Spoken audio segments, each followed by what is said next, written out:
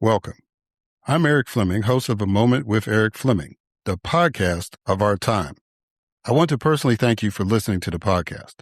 If you like what you're hearing, then I need you to do a few things. First, I need subscribers. I'm on Patreon at patreon.com/A Moment with Erik Fleming. Your subscription allows an independent podcaster like me the freedom to speak truth to power and to expand and improve the show. Second, leave a 5-star review for the podcast on the streaming service you listen to it. That will help the podcast tremendously. Third, go to the website, momenterik.com. There you can subscribe to the podcast, leave reviews and comments, listen to past episodes, and even learn a little bit about your host. Lastly, don't keep this a secret like it's your own personal guilty pleasure. Tell someone else about the podcast. Encourage others to listen to the podcast and share the podcast on your social media platforms because it is time to make this moment a movement. Thanks in advance for supporting the podcast of our time. I hope you enjoy this episode as well.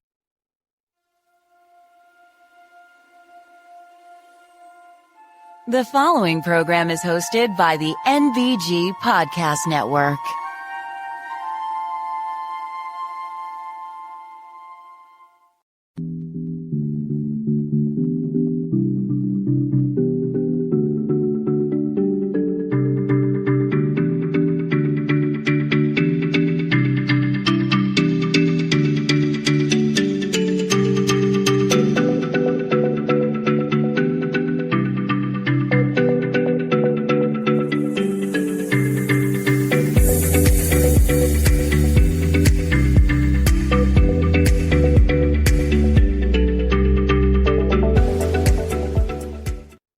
Hello, welcome to another Moment with Erik Fleming. I am your host, Erik Fleming. So today I have two guests, two gentlemen who are coming on the program. One has done a film that he's been working on for a long, long time and just got released this year. And another gentleman who has taken over an organization that's been around for over a half century. And, well, he's been there for a couple of years, but he's still relatively new. And wanted to highlight him and the work that they are doing on behalf of Black folks. So I hope that you enjoy the show and get something out of that.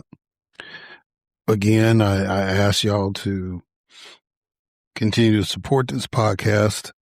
As always, we ask for subscriptions or, get more people to listen or whatever you feel we need to support this podcast. You can go to www.momenterik.com. That's www.momenterik.com and, show their support. Check out any past episodes, the whole 9 yards. You know the routine. Just greatly appreciate what y'all can do and just appreciate y'all listening. All right. I don't really have a whole lot to say right now, but I'll say something later. So let's go ahead and start this program. And as always, we kick it off with a moment of news with Grace G.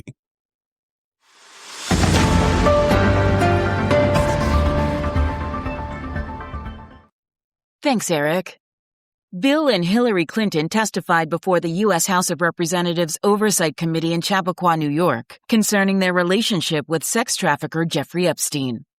In a record-breaking State of the Union address, President Trump touted the dawn of a golden age and highlighted economic achievements to bolster his standing ahead of the midterms, despite facing low approval ratings and significant policy setbacks.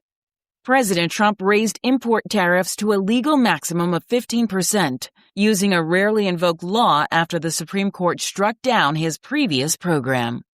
Law enforcement officers fatally shot an armed 21-year-old man after he breached a security perimeter at President Trump's Mar-a-Lago resort while the president was away in Washington.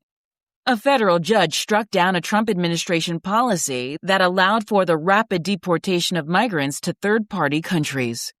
Despite community concerns surrounding the discovery of Kyle Basinga's body hanging from a tree in a Georgia park, local authorities have ruled his death a suicide. U.S. District Judge Aileen Cannon permanently barred the Justice Department from releasing a report on the dismissed classified documents case against President Trump. Notorious drug lord El Mencho was killed during a Mexican military raid in Tapalpa, Jalisco, in an intense U.S.-Mexico joint effort to combat cartel activity. Nick Reiner pleaded not guilty to first-degree murder charges for the fatal December stabbing of his parents, filmmaker Rob Reiner and producer Michelle Reiner, in their Los Angeles home. A massive blizzard paralyzed the U.S. Northeast with record-breaking snowfall and high winds, causing thousands of flight cancellations and leaving over 600,000 customers without power. And South Carolina's measles outbreak has reached 979 cases. I am Grace G., and this has been A Moment of News.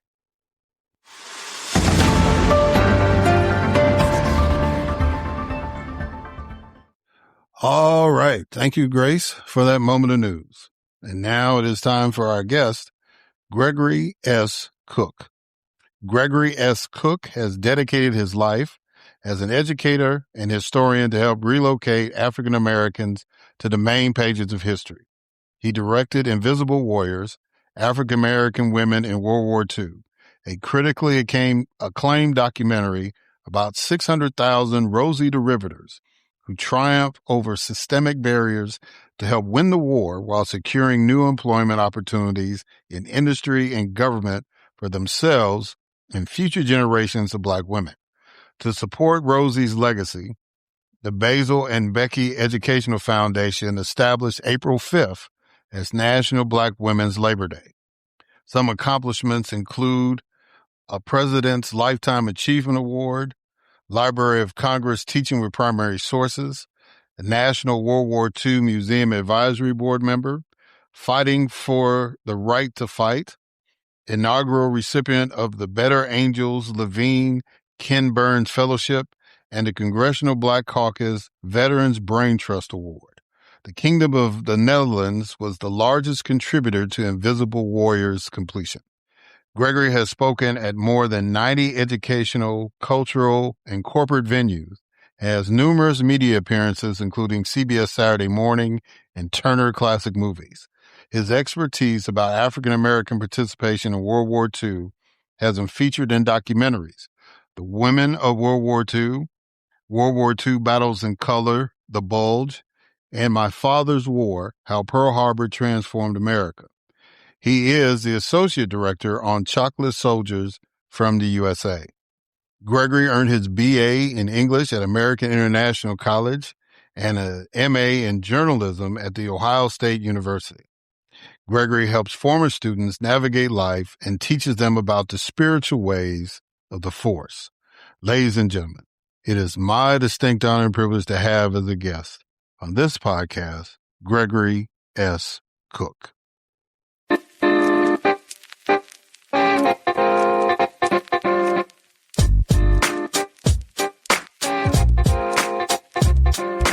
All right. Gregory S. Cooke. How you doing, sir? You doing good? I'm doing good. Everything's good.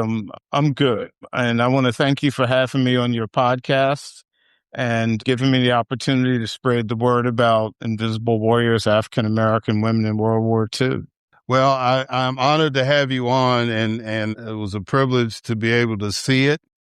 And we're going to get into it a little bit because I love history, man. I'm a big fan of history, and especially ours. And considering that this is the 100th anniversary of us celebrating Black history, it's really, really a treat to have you on.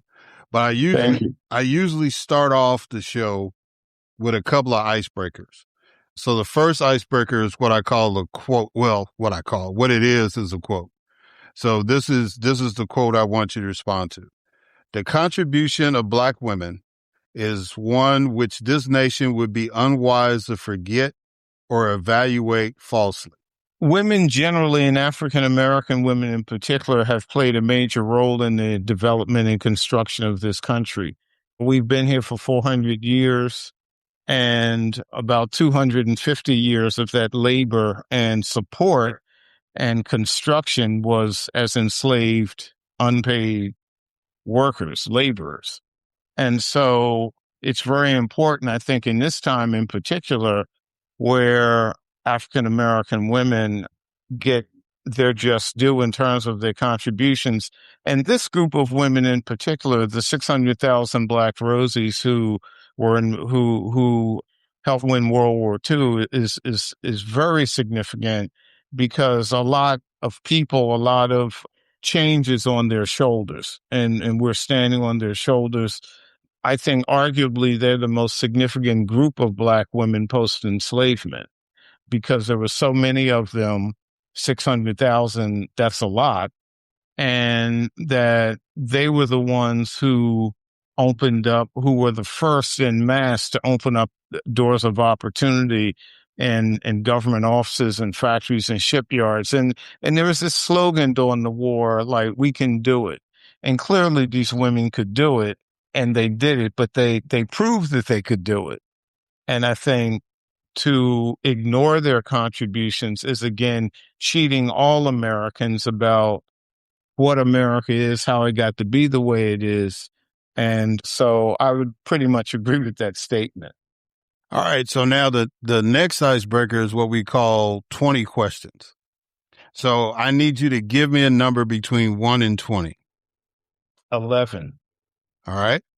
Where do you go to check a fact that you see, hear, or read? It really depends upon context. So, for example, in a lot of the work I do, it has, related to World War II. And so there's a number of sources I can use, like Department of Defense, sometimes even Wikipedia, because I already know some things, and I know so much about the subject, I can tell whether or not it's accurate. Library of Congress, a multitude, various texts that I have.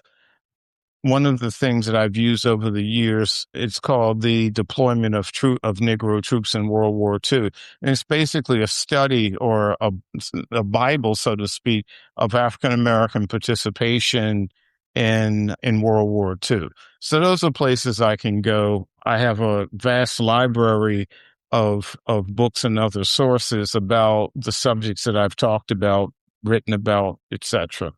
All right. So your mother was one of the 600,000 Black women in the World War II effort that this documentary pays tribute to. Was she the inspiration for the film?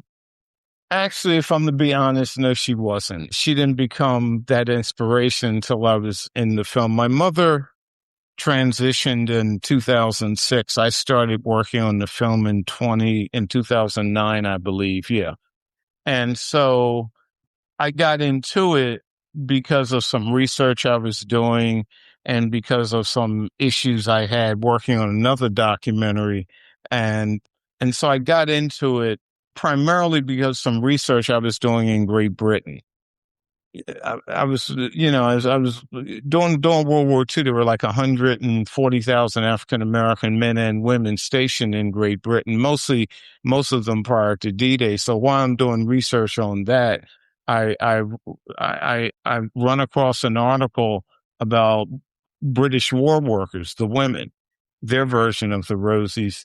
And it's been a long time ago, but somehow enough, I ran across a book called Bitter Fruit by Dr. Maureen Honey, who's also in the documentary. And she talks about, in that book, African-American Rosies, what they did, their narratives, their letters written into newspapers, etc.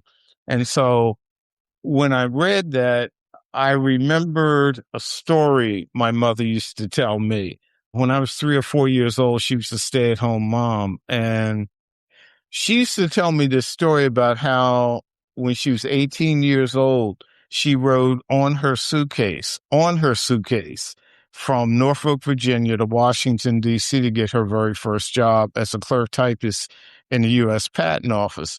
And that story came to me. The reason I remembered the story was because of her train ride. I didn't know what a clerk typist was. She never told me she was riding in a Jim Crow car going to a deeply segregated and racist Washington, D.C. It was the train ride. And so she told me this story. And so about a year or so after working on this project, I got and getting a better understanding of who Rosie's were, I realized she was a Rosie. And she didn't know it. Like most of the Black women I've encountered, they did not know that they had done something historically significant. But I remember as a kid when my mother talked about it, how her face would light up. And I also was able to put some pieces together. 1943 meant she was 18 years old, right in the middle of World War II. And so from that point on, she was an inspiration. I wanted to tell her story as much as I could. I wish I had asked her more about World War II, but that's life. And I didn't get a chance to or think about it until I started this project. And by then she had already transitioned. So, but I'm very proud of the fact that my mother was a Rosie. And I sometimes wonder how my life would have changed or how different it would have been had she not made that train ride, because she met my father in Washington, D.C. during the war, And so coming from the Jim Crow South, if she did not have the courage to take that train ride, there's no telling how my life would have been different. So for most of this journey, and it took me 16 years from the time of my first interview, which was with Dr. Dorothy Height, National Council of Negro Women, to 3 weeks ago when it went public, so to speak, 16 years. My mother has become a major inspirational force for me. And when I do public speaking about this, I always take her picture and show her picture. Yeah. Yeah. Yeah. It's cool to find out that your parents did something, because we just know them as our parents. And then when you really prod them and poke them a little bit, it's like, oh, you did that or you were involved in that? Oh, okay. Right. Yeah. Right. We are very fortunate that many of the women that you highlighted in the film live long lives to have their story told. So you said it took you 16 years to put this together. What were some of the challenges you faced in the production of this documentary? I would say primarily one, I didn't have resources. If someone had, plopped down $175,000 right in front of me and said, make this documentary, it would have been done in 2011. Right. But I didn't have the resources. A lot of this came out of my own pocket. My late mother and her uncle and her brother, my uncle, basically gave me the seed money to start this. And meaning that it was money that my mother left me, and that's what I used it for. Right. And so I started an educational nonprofit called Basil and Becky Educational Foundation. Basil was my uncle, Becky, my mother, they were siblings. And so the biggest challenge was funding. And I'm still in that mode to do some other things with this. And I think there's been, I guess disappointment is probably the right word, but not to the point where it ever got me down, because I'm the type of person, if I start something, I'm going to do my damnedest to finish it, But I didn't get a lot of financial support from generally the Black community. And part of that is on me. This is something I'd never done before. Reaching out and asking people for money is not one of my strong suits. So part of that is on me. But what I also know is, or believe, that if I had the money and the documentary was finished in 2011, I don't think it was the right historic moment to get the exposure it has since gotten. I believe that the documentary came to the public eye post George Floyd. And I think George Floyd was this moment of seeing, and all these other things came off of it. It became this moment of seeing about what America is, what it has been, who has done what, who has contributed. And so, because there was this heightened sense of awareness, I believe, in the Black community specifically, and in the larger American community generally, I think that was a much better time for it to, mature and come to fruition than had I had all the money up front and it would have been done in maybe 2011 or 12. Yeah. So, things work out the way they're supposed to work out, I believe. And also, this is the longest specific journey I've taken in my life. And if you had told me this is going to take 16 years, it's going to be a struggle financially, blah, blah, blah, I'm not sure I would have done it, to be honest. I'm not sure I would have. That's a long time out of anybody's life to work on one project that you still don't know if it's going to come to fruition. But I'm a person of deep faith and belief and the divine forces and in myself. And so I stayed with it. And so what we have today is a critically acclaimed, illuminating story about 600,000 Black women. And it's also worth noting that there's so many of us as Black people today, particularly I'm a baby boomer. So if you're a baby boomer or maybe even a little bit younger, these women were in your family, right?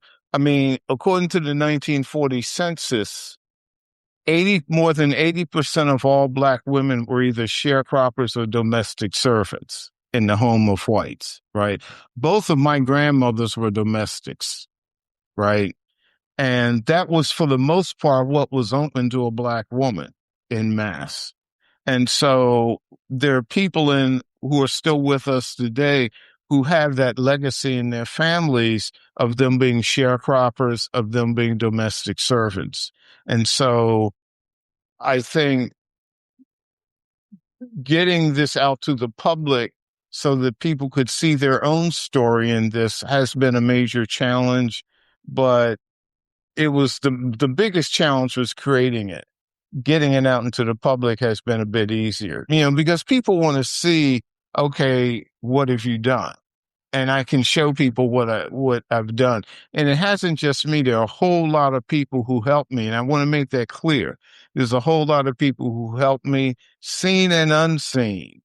And the ancestors were with me on this. I think my mother was with me on this, so it wasn't just me. I was just the vessel to get this thing done. But long story, long answer to a short question. But the biggest obstacle was resources.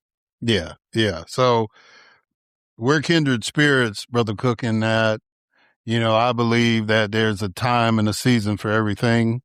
And I think you eloquently explained why this documentary is timely now. And also, somebody that's been in politics for a long time. Yeah, I hate asking people for money. I just, it's just terrible. It's a tough thing to do. So I definitely feel you on that. And you kind of led into my next question about how was World War II a game changer for these Black women? Okay. Well, World War II was the most significant event in human history.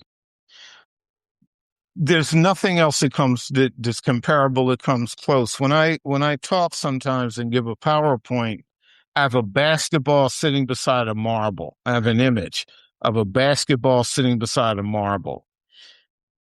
The basketball is World War II. The marble is any other event in human history. Okay.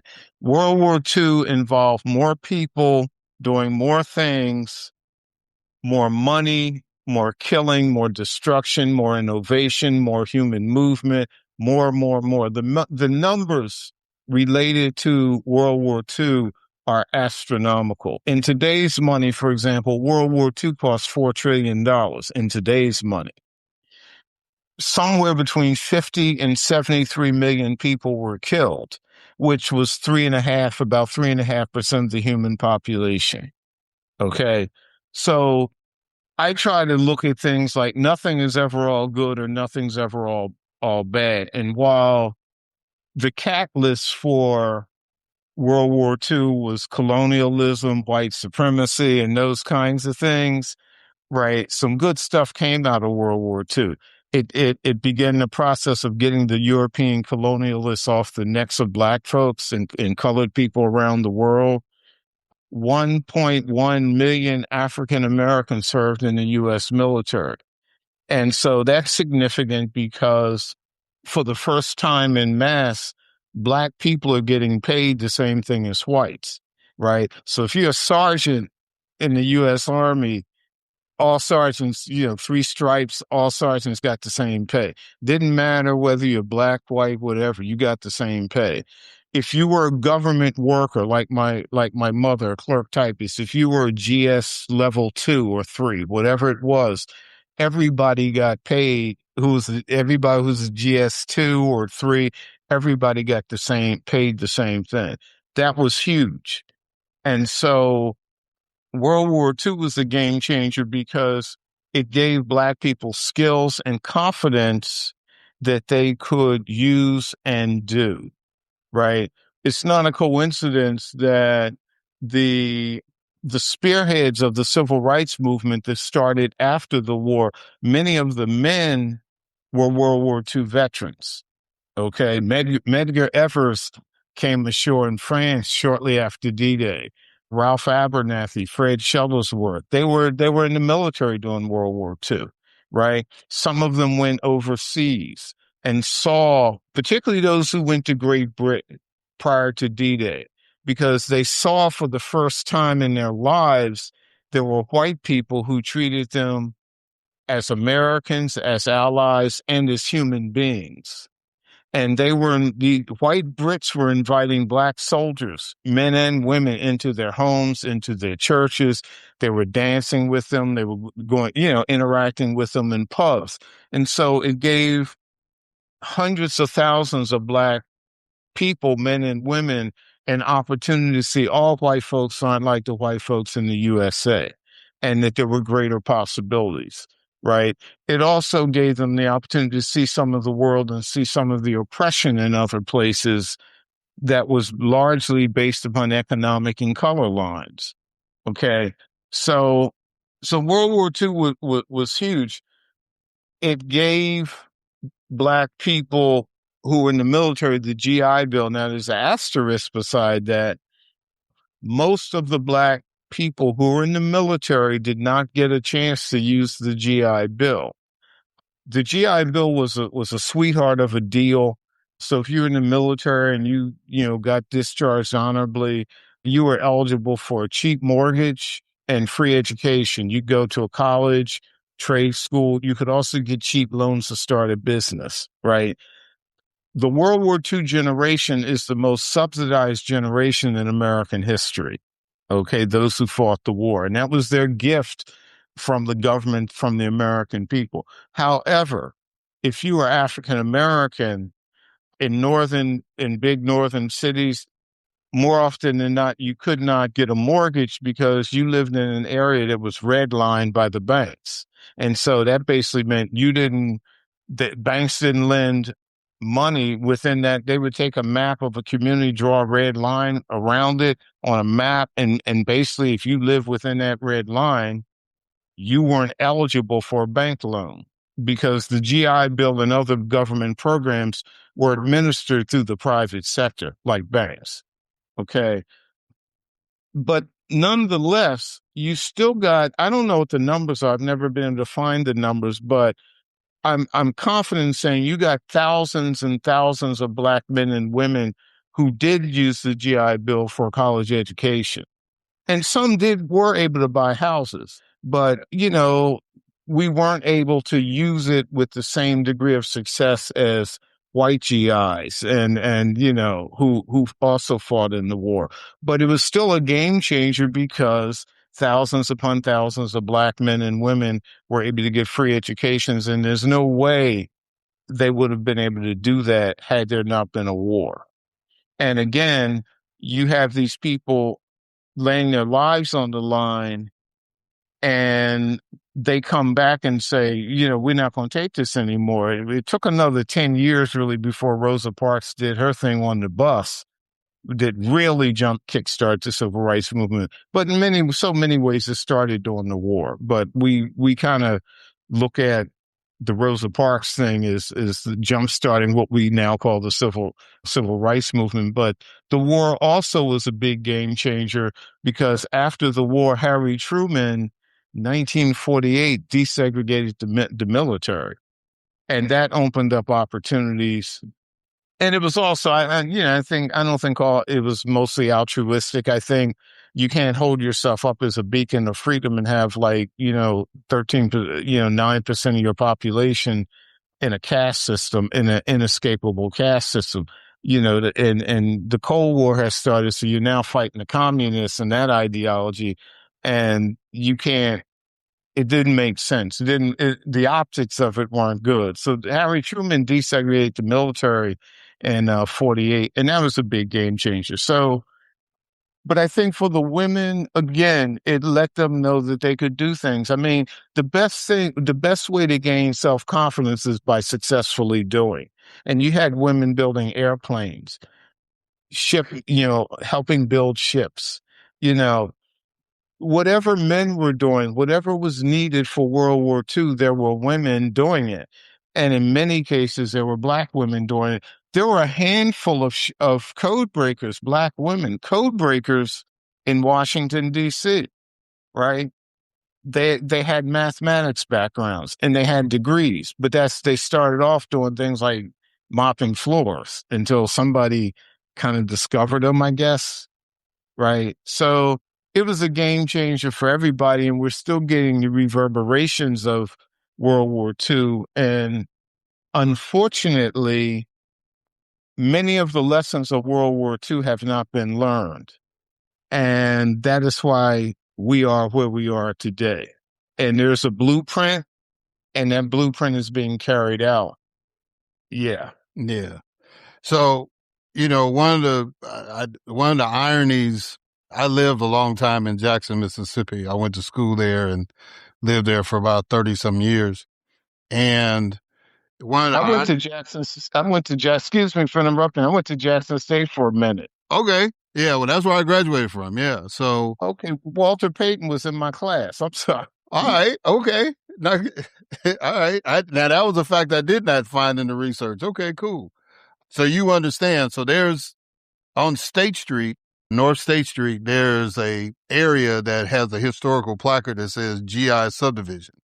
So that GI subdivision was all white, and now it's all Black.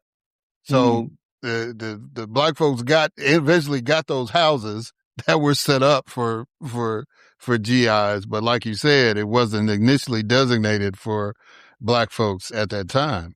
The other cool thing is that I don't know if it's the writer or director in you, but it seems like you've got a hold of my notes because your answer led to yet another question. Many of us equate the civil rights movement to the late 50s, like you said, and throughout the 1960s. However, you document the fact that World War II was really a catalyst for change in America concerning civil rights. So since you kind of started on that, and talking about Medgar, kind of elaborate a little more on the significance. Because one of the things that caught my attention, because I knew about the summer of 1919.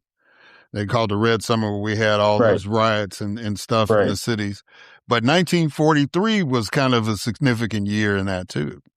Yes.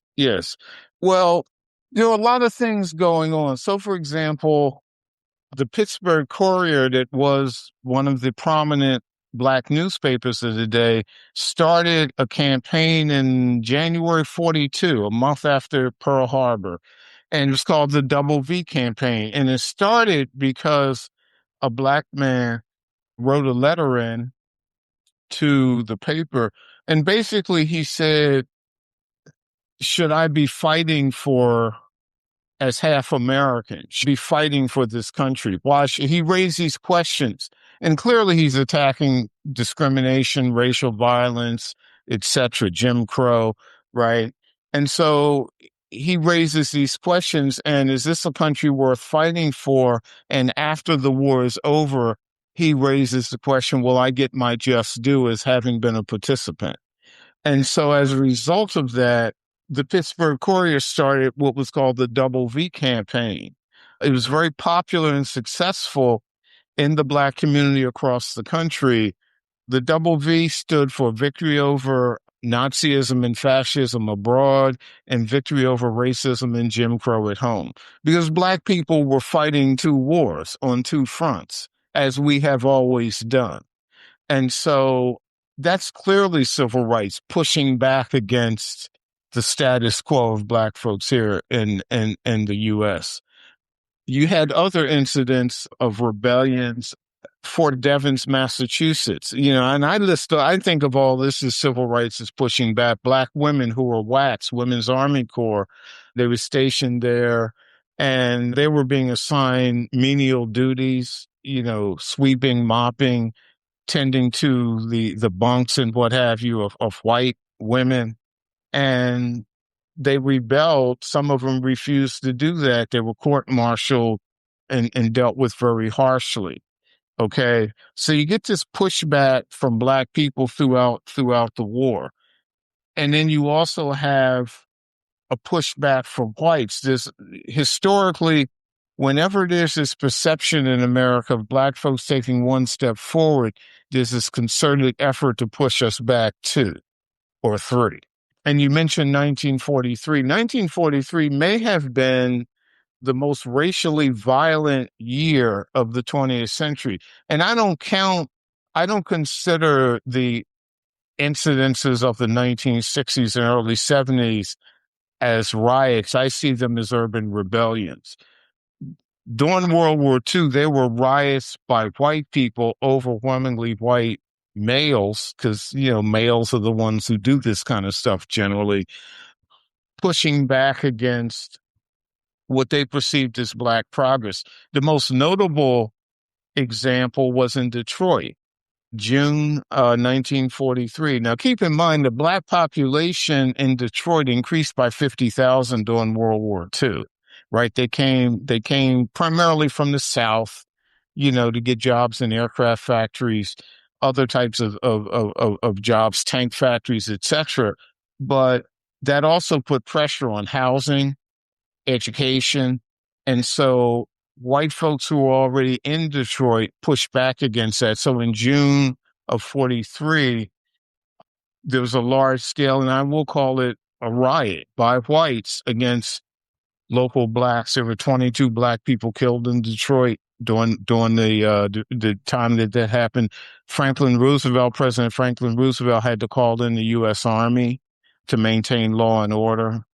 Okay. You also, and so that was the climate throughout the war. There was a major strike and racial strife in Philadelphia, where I'm from. PTC, which was the Philadelphia Transportation Company, now SEPTA, in August of 44, hired the first Black motormen to run the trolleys. The all-white union went on strike and tied up the city. Now, during the war, Philadelphia had the largest, most diverse industrial base, war base in the country. And so these folks went on strike, tied up the city because there was no public transportation. People had problems getting to work. So again, Roosevelt called in the military, and the commanding general basically said, y'all got 2 days to come back to work or you're going to find yourself overseas. Guess what happened? The strike. But those are just 2 examples. There were issues in Harlem. There was an issue in Baltimore where white women at Western Electric, they made electronic components. They went on strike because they didn't want to share toilet facilities with Black women. And there were fireworks all over Baltimore anyway during the war. Again, FDR sent the military into Baltimore to maintain law and order. So I think, the war was significant in terms of the civil rights movement. It fueled it. It got people to thinking after the war, like, we contributed, we lost our lives, we shed our blood, we helped win battles, we helped build what FDR called the arsenal of democracy. it's time, and we're not going to the back of the bus. We're not going to be content in the back of the bus anymore. I also want to point out, Rosa Parks was a Rosie, okay, down in Alabama. Yeah. So I think, the civil rights movement had a lot of steam and energy. A. Philip Randolph, okay, 1941. A. Philip Randolph called the first March on Washington. It was supposed to be for June, I think, of 1941. He called for 100,000 Negroes to come to Washington to protest against hiring practices in the federal government, because FDR was one of the few people who knew U.S. was going to get involved in the war. And so he had started kind of ramping up for that before Pearl Harbor as much as he could, as much as Congress will allow him. And so A. Philip Randolph, who's president of the Brotherhood of Sleeping Car Porters, called a strike. He called for black folks to come to Washington, and FDR blinked. And as a result of that, he signed Executive Order 8802, which banned discriminatory hiring practice in defense industries. And so it was the march that never was. But that was huge in terms of like helping lay the foundation, or another brick, if you will, in the civil rights movement that really took off, post World War II. Yeah. Many of us were enlightened by the story of the 688 last year, but many of the other stories that you brought forward have either been forgotten or not properly retold. Why do you think that is, and what can be done to make sure that these stories are always remembered?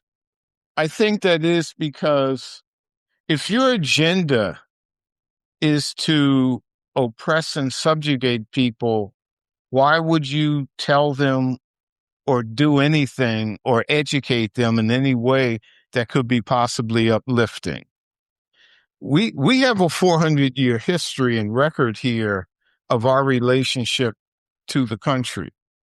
And the overwhelming amount of evidence says that we have been second-class citizens. We've been denied the rights of what it meant to be an American, etc.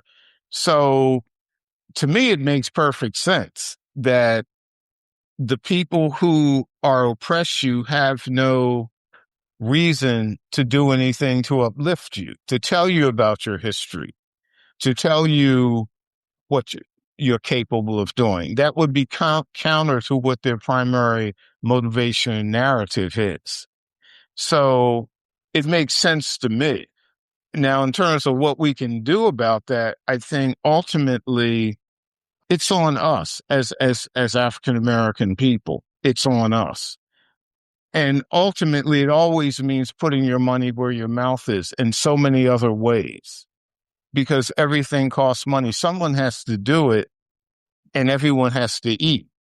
And I'm trying to keep this as basic as possible. You have to invest in your future. You have to invest in the future of your children.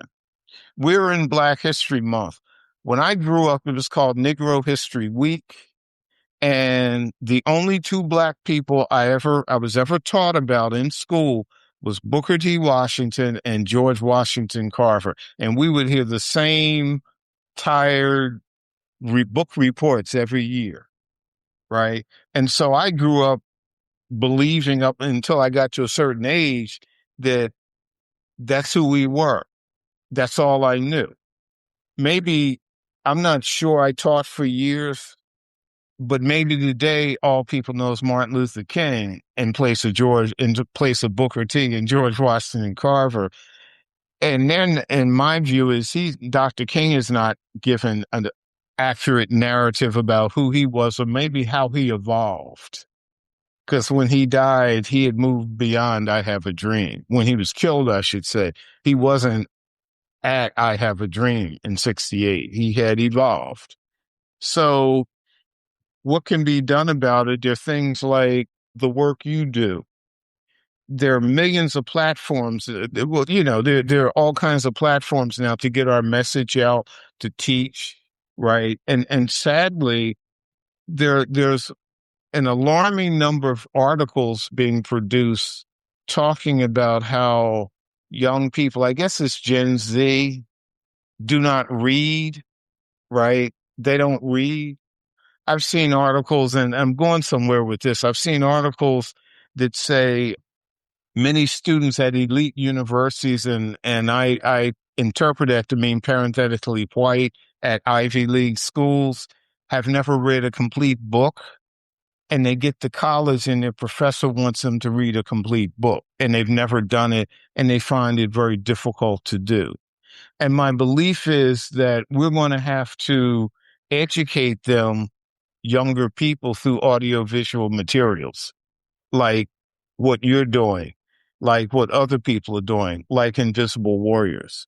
Invisible Warriors, for the last 4 years, this will be the fifth year, is part of the curriculum at 12 Corners Middle School, which is part of Brighton Central School District in Rochester, New York, overwhelmingly white. But they've been showing the documentary. I've spoken a couple of times. They've been gathering data on it, et cetera, for me. It should be, this and all other kinds of things should be in school districts, school systems, but we are in a period of going backward. And I have doubts, and I've had doubts most of my life, if we collectively as African American people are on the right path in terms of equality. Because if you can, if in 1 year you can kind of, in so many ways, push Black folks back to Woodrow Wilson, who, what does that tell you? And the historic record says every time we move forward, there's this tremendous pushback. I jokingly tell people this is Barack Obama's fault. If there was no Barack, I believe if there was no Barack Obama, we wouldn't have the situation we have now, right? And those two men are 180 degrees apart from each other, So it's up to us to educate and do what we can do and reward people, through scholarships, through academic support, who might want to major in American history or African American studies, or do things in the community that are not just in February, but are year round, because I don't believe there is a thing called Black history. I mean, I honor it and respect it, but there's American history, right? That's really what it is. We are Americans. We've been here from day one. We are responsible for the wealth of this country. There's American history. And so I think we need to do things to push harder, make our elected officials responsible and responsive to our needs, because they show up in the church every 4 years or whatever it is, and then it is what it is. Yeah. Yeah. I feel on that. On the reading part, I remember growing up, there was a saying that if you wanted to keep a secret from a Black person, you put it in a book. So I was like, oh, I don't want anybody keeping any secrets from me. So that's why I used to be a voracious reader when I was younger. So I definitely understand the concern about that. So let's close this out. I've got a couple more questions. Sure. Talk to the listeners about the work of the Basil and Becky Educational Foundation and why you started that organization. Now, you gave a background of the origin of the name and the resources that helped you start it, but what was the motivation for you to do this work, and what exactly does the foundation do? Okay. The original motivation was to help get funding for the documentary so people could donate to to Basil and Becky Educational Foundation. They could donate and get a tax write-off for donating. And Basil and Becky Educational Foundation is fundamentally like a co-producer of the documentary. So that's what it originally was for. But I got bigger ideas as we went along. And I felt that it could be a good vehicle. It could be a good educational vehicle to spread the word, not only about the Rosies, but about our history generally. And so one of the things that Basil and Becky Educational Foundation sponsors and supports is now called National Black Women's Labor Day, which we founded. We have our third anniversary coming up on April 6th. It's normally April 5th, but this year the 5th is on Easter Sunday, so we decided to push things back a day. But the Basil and Becky Educational Foundation and National Black Women's Labor Day, we set it up as a holiday so that Black people and especially Black women could get attention and kudos for their 403 years of contribution, labor, innovation, patriotism, and support of this country. And so we're in fundraising mode. What we want to do through Basil and Becky over the next 3 years is to raise $600,000 so that we can screen invisible warriors, African American women in World War II, to places like community organizations, underprivileged, underfunded community organizations, museums, institutions, cultural institutions of that nature who do not have the funds to pay me to screen and speak, etc. Ultimately, I'd like to, in a way, give it away, but I'm still paying people. I still owe people. And so I'm not in a position to do that, but I do. It's gotten rave reviews. I've screened and talked about it in more than 90 institutions. The Dutch government was the leading contributor to the documentary. And I recently met with the Dutch ambassador in Washington in November. And, we talked about it. I gave her a DVD and the branding image is hanging in the Dutch embassy in Washington. So that's what we're doing. And I need support. We've asked everybody to donate at least $6, symbolic of the 600,000 Black women. And you got to know that, all of us as Black people, but especially Black women, are standing on their shoulders. And look at these women went from the fields and kitchens to factories and government offices to vice president of the United States. In a relatively short period of time. 80 years is not a long time, is not really a long time in a historical sense, right? And I need the support to do that. And I think what we're trying to do, what we're working on for National Black Women's Labor Day this year is to get a couple of museums involved with us to have national screenings. We are having a national screening on April 6th. The details are being put together, but it will be $26. And this is all part of helping us get invisible warriors out to the public, out to these organizations and nonprofits who just don't have the resources. Yeah. All right. So I need you to finish this sentence. I have hope because.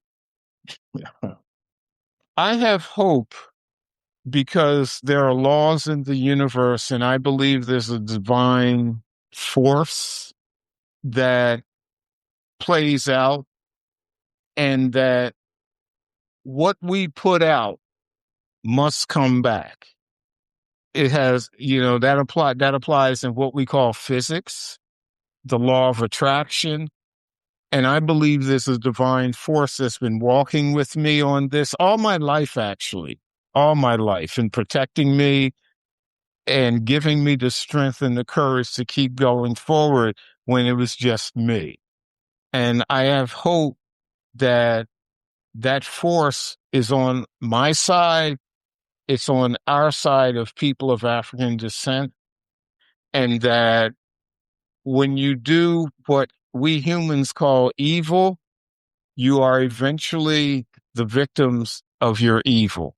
And when you do what we humans call good, you eventually are the beneficiaries of your goodness.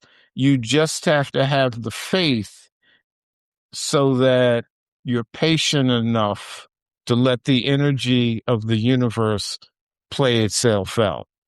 It is in play now. It is obvious to me. And that's why I have hope. Yeah. Well, Gregory S. Cooke, I really appreciate this. If people want to get in touch with you, if people want to donate to the foundation, people want to get a screening of the movie Invisible Warriors, how can they do all that? The quickest way is to go to the website bbeef.org. That's Bravo, Echo, Foxtrot. 2 B's, 2 E's, 1F.org. And you'll see pages and links. You can see the trailer. You can see people who are already involved, what we've done in the past, what we want to do, what we're doing now, where we want to go with all this. Yeah. Yeah. Well, Brother Cooke, I greatly appreciate the time. I appreciate you coming on the podcast, and I greatly appreciate you putting this documentary out. It's very powerful. And ladies and gentlemen, it's not that long, but it's worth watching. And again, thank you so much for doing this and coming on this podcast. Thank you. And I really appreciate it. Thank you to your listeners. Thank you to you for having me on and giving me the opportunity to spread the word about our history and culture and my mom. And I would encourage everybody to ask questions about, a lot of people have Rosies in their families and don't know it. And you can start that conversation by asking, what did mom, grandmom, great-grandmom do during World War II? And often the answer will surprise you. Yeah. All right, guys. On that note, we're going to catch y'all on the other side.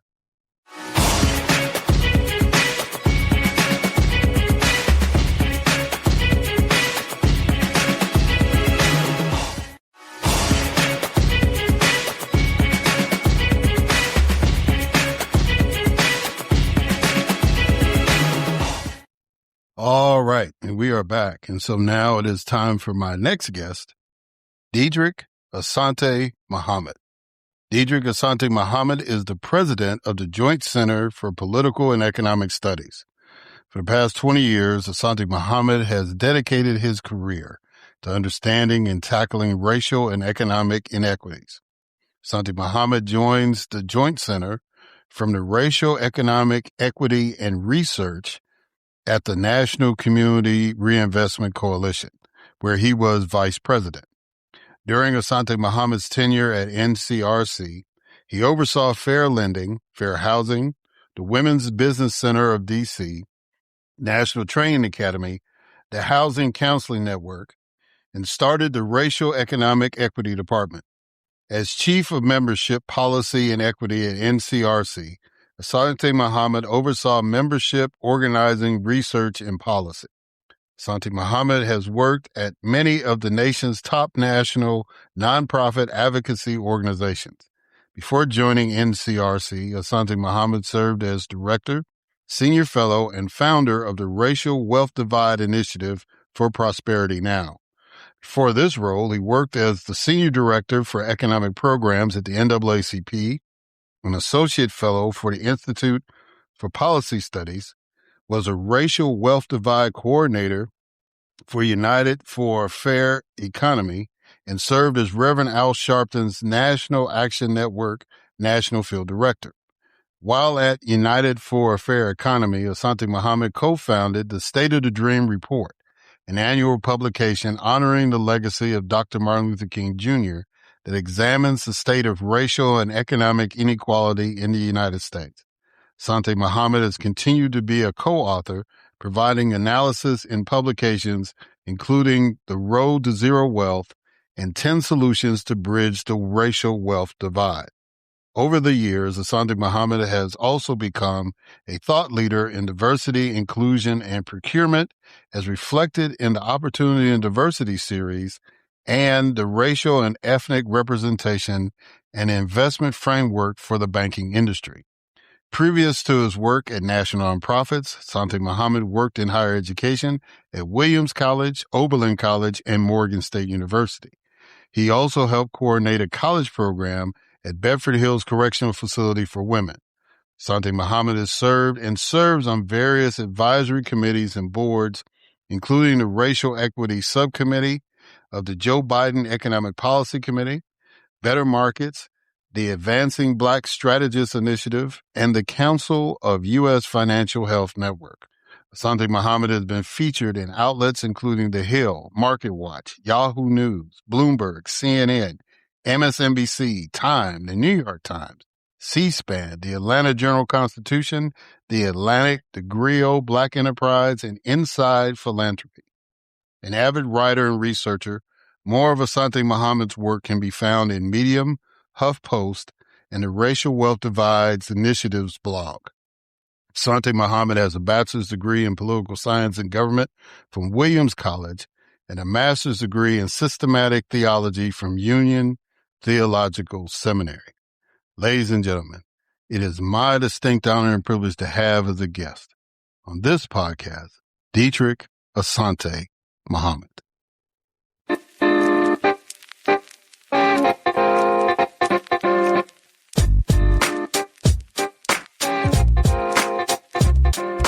All right.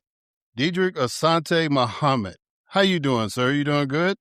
Oh, yeah. I'm doing well at this end of the 100th anniversary of Black History Month or Black History Celebration. Yeah, we're been kept pretty busy over this last couple months of 2026.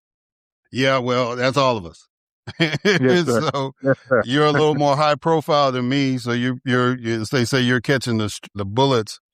I might be catching some of the strays, but you on the front line. So I greatly appreciate you taking the time to come on a podcast and talk about the work that you're doing.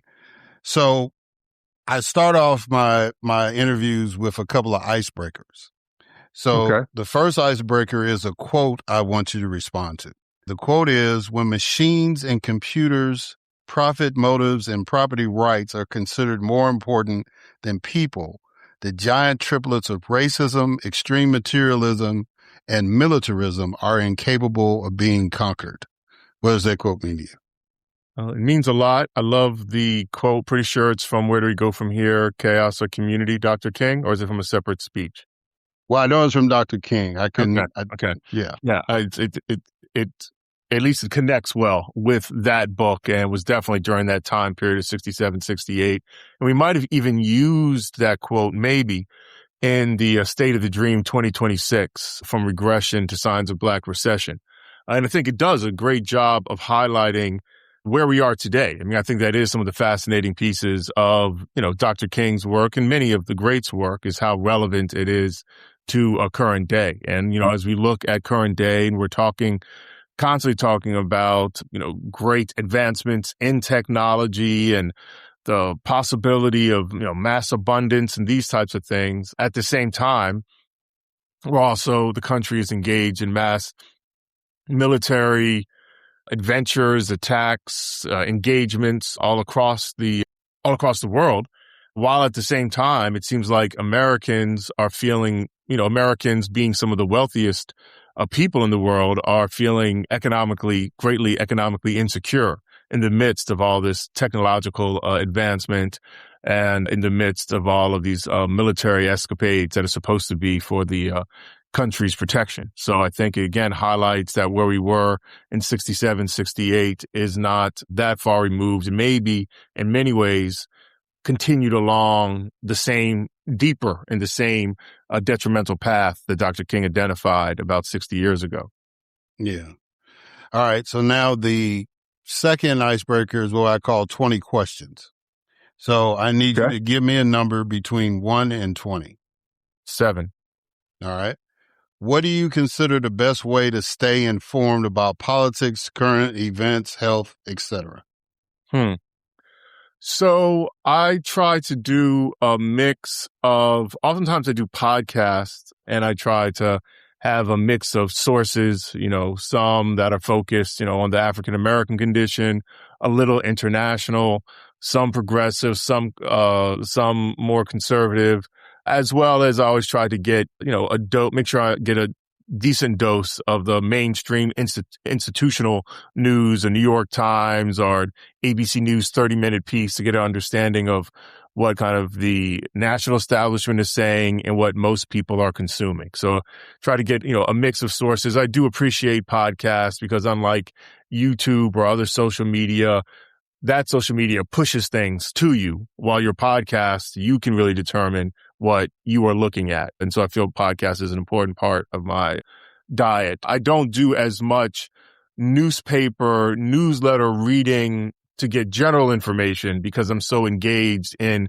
particular research projects. That's where I've kind of focused my reading analysis. For the others, I try to do more audio to get an understanding of what's being talked about. And then if I want to dive into something, we'll focus in on the readings or the reports.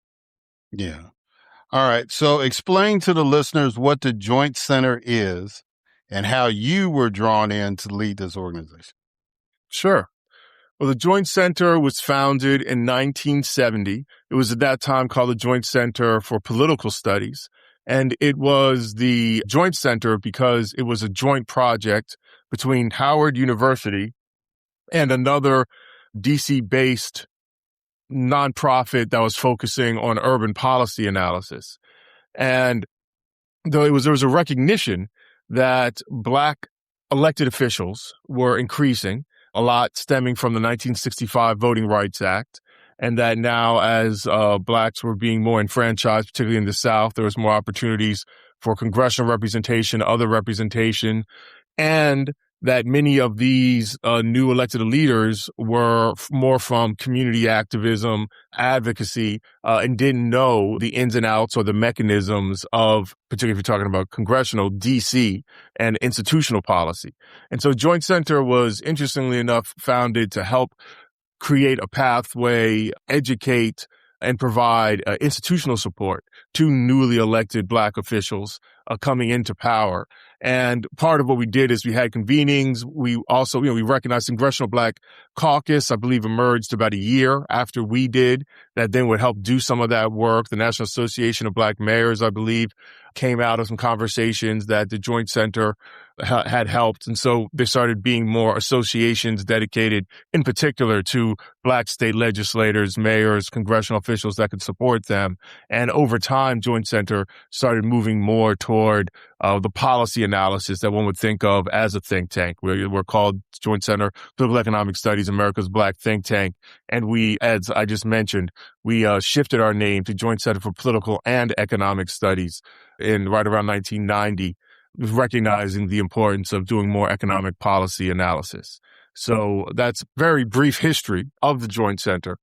What has attracted me, I have done like a mixture of work engagements. I've done everything from working at a maximum security prison for women, coordinating a college program, to working at multicultural centers at elite universities, to working at the NAACP, working for Reverend Al Sharpton. So I've seen a lot of different, and working at some other think tanks based in DC and advocacy organizations, seeing kind of the infrastructure of advocacy and analysis around racial inequality, and saw that there was generally a hole of strong, ongoing Black research policy analysis. Oftentimes you'd have civil rights groups or advocacy groups who were trying to be membership organizations, support some community work, do national advocacy, and then also try to do research. And it was just kind of too many things within an organization, and recognized how important it could be, or how important it continues to be, to have a Black think tank that provides research and policy analysis that then advocacy groups and even community groups could utilize and build off of. And so, seeing the opportunity to become president of Joint Center in my past experience, I was excited to apply and was lucky enough to, get the position, and now coming up on 2 years at the Joint Center. Yeah. Yeah, that's cool. I know that you had worked with the National Action Network, and I think when I was in the legislature, Eddie Williams was the president or director at that time. Yeah, Eddie Williams was the longest running president of Joint Center. Yeah. So I've known about it for a long time, but I don't know if the community really knows, which it should. And so that's why I'm really, really honored that you came on. Since this is Black History Month, let's start with a statement made in the State of the Dream Report 2026. The erasure of Black history is not just an attack on the past, it is a threat to the integrity and potential of our shared future. Expound on that statement. Yeah, well, I first want to note that the deletions of Black history heroes and history section of the report, State of the Dream 2026, comes from a previous report done by Onyx Impact. That's the name of the organization. And their report was called the Blackout Report. And we just shared a small section, just thought, we hadn't done analysis so much on the deletion of Black heroes in history, but we thought that was an important component to be in this paper. So, and that part of the paper highlights some of the attempts to remove from historical narrative the reality of racial discrimination. But I also want to highlight that in State of the Dream 2026, we also focus on the ending of collecting data that provides evidence of ongoing racial inequality. And, just a few nights ago, the Trump administration in the State of the Union has been celebrating its attempt to end diversity, equity, and inclusion. And I thought it was interesting how specific he was in the government, military, and the private sector. Right? He stated, the country will no longer be woke, which I found, sometimes the president speaks just kind of in bluster. You don't know what to make of it. But I think he was being actually focused in his words at that moment. And that, there was talk about, and I think it was overhyped, but there was some truth to this, that there was an awakening or another awakening after George Floyd of the reality of racial inequality in the United States. And I think the Trump administration, through its attacks on talking about anything Black historically or doing contemporary analysis about how Black people are doing today or any type of programs that would assist bridging inequality, that the Trump administration is happy to make the country go back to sleep and ignore the reality of racial inequality, unless we're talking about racial inequality as it relates to white people. That seems to be one space where he doesn't mind talking about racial inequality. So I think, the quote you put forward of the erasure of Black history is not just attack on the present, it's a threat to the integrity, potential of our shared future. I think we're seeing that full stop in what is happening in policy and in political conversation today. Yeah. And you're right. He did highlight that. And, and the disturbing thing was the people in his own party were clapping on that moment. And, it's just kind of like they ask questions. Now, the Joint Center is nonpartisan. Let me say that for the audience. Sure. But I'm partisan as hell. And so, okay. For me, when people ask me why Black people keep voting Democratic, I said, here's, Exhibit A, right? So, and we just keep going. But let me not digress into that. Oh, yeah. Let me just add one more thing, too, because I think it's important for people to understand that, whether you call it diversity, equity, and inclusion in the past, in affirmative action programs in the past, anti-discrimination programs, the way this country has worked is oftentimes federal government, for as slow and painful as progress might have been in lessening discrimination against Black people, federal government would be a lead in terms of employment, particularly for professional workers and in the military, of some type of desegregation, right? It was, again, slow and painful within government, but they were usually ahead of the private sector. And so I do think, Trump celebrating the attack, that we're ending DEI, which I think it means inroads for Black people into military, into the government, and the private sector, shows that, someone, either a speechwriter or himself, is aware that in order to push back on some of the progress that has been made, it needs to be led by the government and then trickle down into the private sector. And this is something he seems to be celebrating. I'd say, to have a bipartisan critique on this, what I will note is that, and I think which makes the attack on DEI, so ridiculous in so many ways, is that oftentimes it wasn't even that successful, meaning that, there was still so much inequality in particularly things like government contracts, procurement, these types of things that, it's not like Blacks were being overly represented in government procurement contracts, right? We were still getting, I'm blanking on the number. It might have been like something like 2% of government contracts that were 14% of the population. And even that was too much for this administration to stand by and watch, and are trying to end programs that helped move us to 2%. So I think it's something to be of great concern and something to watch to see how this affects, African-American economy over the next few years. Yeah. All right. In 2015, the Joint Center supported the Coretta Scott King Mid-Decade Redistricting Prohibition Act. In light of the flurry of mid-decade redistricting efforts that has been initiated since 2025, has the organization changed its position? The organization has not, I've only, again, been president for the last 2 years, but I don't think we've really come back to that important piece of proposed legislation that has kind of been proposed every 2 years or something, the Coretta Scott King Mid-Decade Redistricting Prohibition Act. I do think, and again, the official answer is we need to do a further analysis on this and see what our, contemporary policy will be. But I will just note overall, I think there are good reasons to limit redistricting to every 10 years with census data, so it doesn't become such a political football. But we'll note that piece of legislation hasn't been enacted. And so I also can't hold parties or individuals responsible for following a proposed piece of legislation. The rules of the game now are that you can. And I see, both parties are trying to take advantage of that for themselves.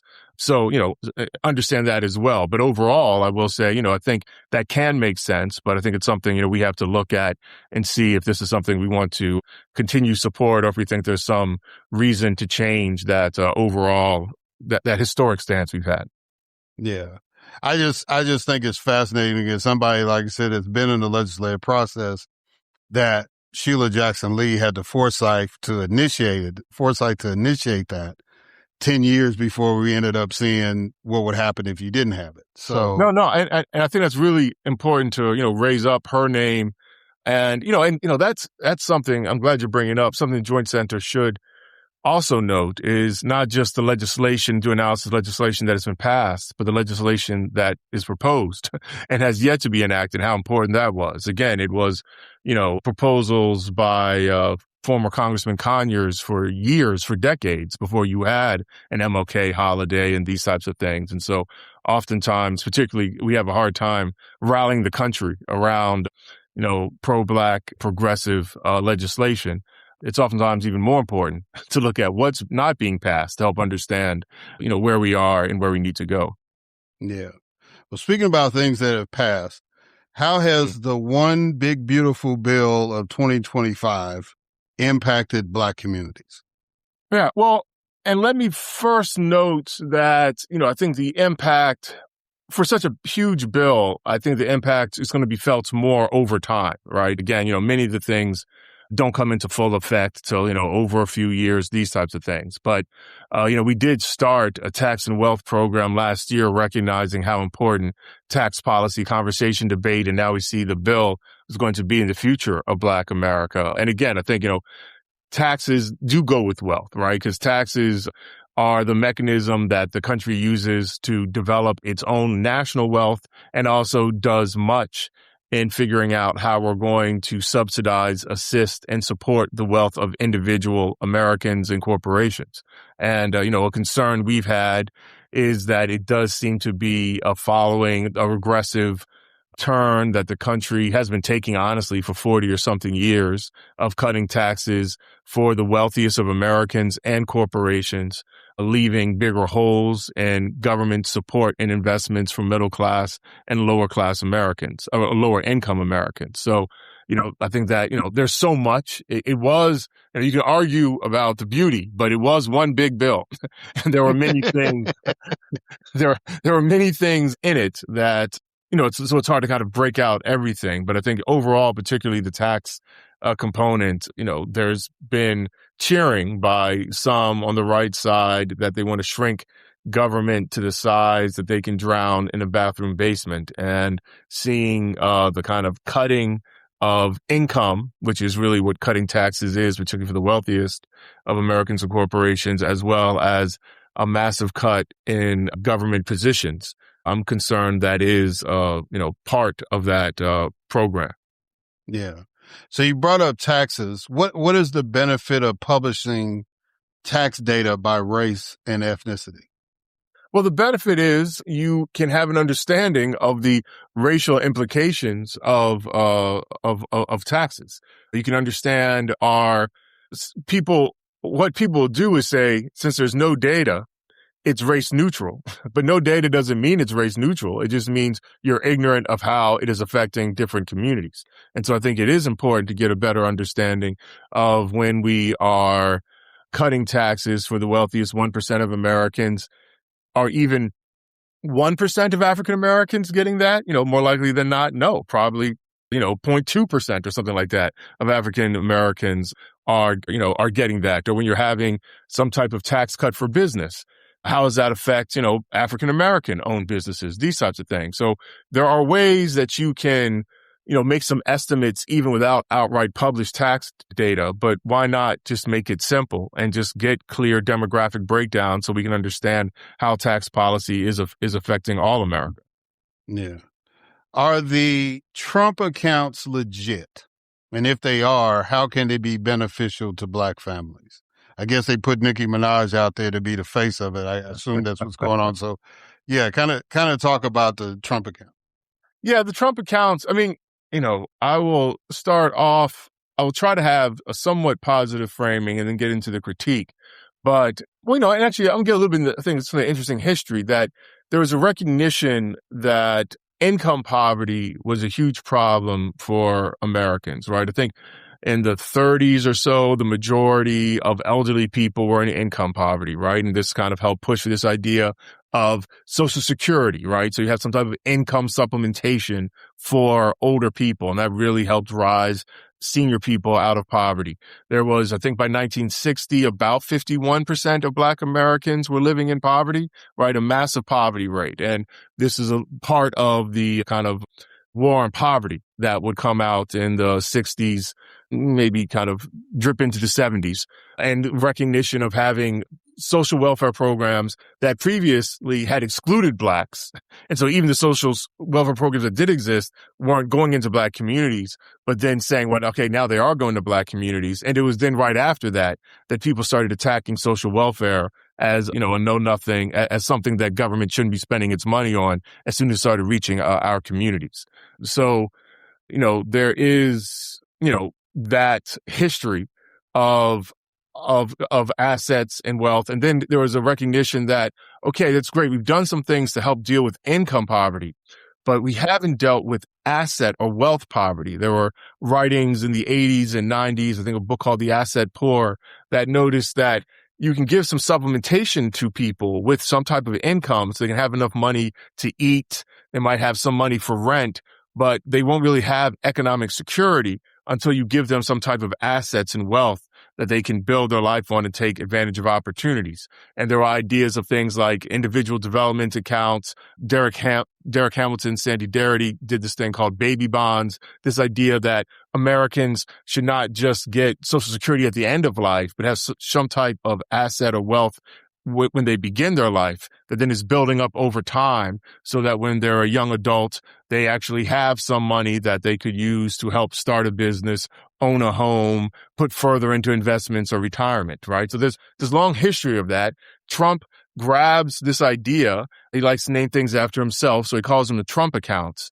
And he is saying for a few years, and actually I'm forgetting the exact numbers, I don't know if it's $1,000, $2,000, that children born will get this amount of money right away. And then, when I say right away, I mean, will be into an account, right? You can't get access to it until the kids are adults. And then that families and maybe businesses can add additional money to this account that then could build up into some type of funding. And it was part of actually, again, I'll really put Sandy Darity and Derek Hamilton, two Black economists who have been really pushing this measure. And we've seen progress in different states across the country. Connecticut, Washington, D.C. were doing some aspect, some idea of baby bonds.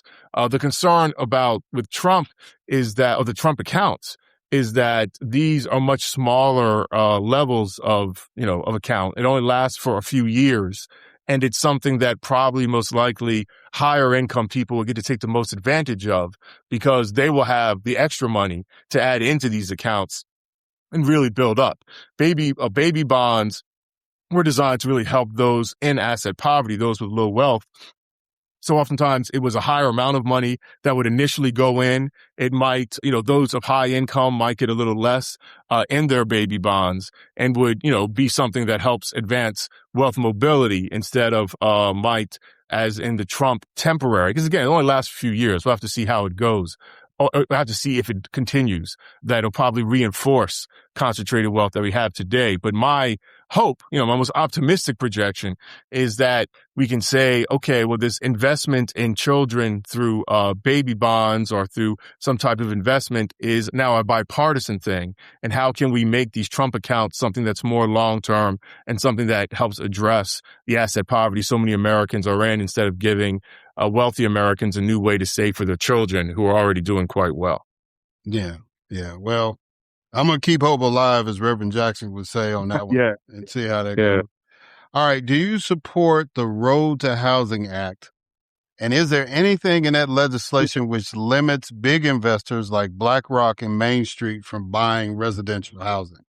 Yeah, from my understanding, there isn't anything in the Road Housing Act that prevents big investors like private equity, BlackRock, what have you, from buying residential housing. I believe Trump has said something about doing an executive order outside of the Road to Housing Act that could do that. But those are, to my knowledge, two separate things. I will say, again, I need to do more research and analysis on the Road to Housing Act, but I am skeptical that it is dealing with the magnitude of the problem that African Americans face as relates to home ownership, right? African Americans have around 43% home ownership, and white Americans have around 73% home ownership. And I've used to work at the National Community Reinvestment Coalition, and their researcher there, Jason Richardson, put out something that noted that, kind of black-white inequality in home ownership has maintained for the last 100 years, right? And we did another piece at NCRC noting that we'd have to double the amount of new black homeowners every year for 20 years just to get African Americans to a 60% home ownership rate, not even to the 73% that whites have. And so my concern about the bill, it does some mechanisms that they think will make building housing a little bit more cheaper or help the housing industry build homes. But my past analysis has been it's going to require a much more targeted and focused program to address the challenges of making African Americans majority homeowners. And that's so important because for most, let's say, low to mid wealth Americans, home ownership is your primary source of wealth. I know for me, that made my balance sheet look a lot better when I paid off my home.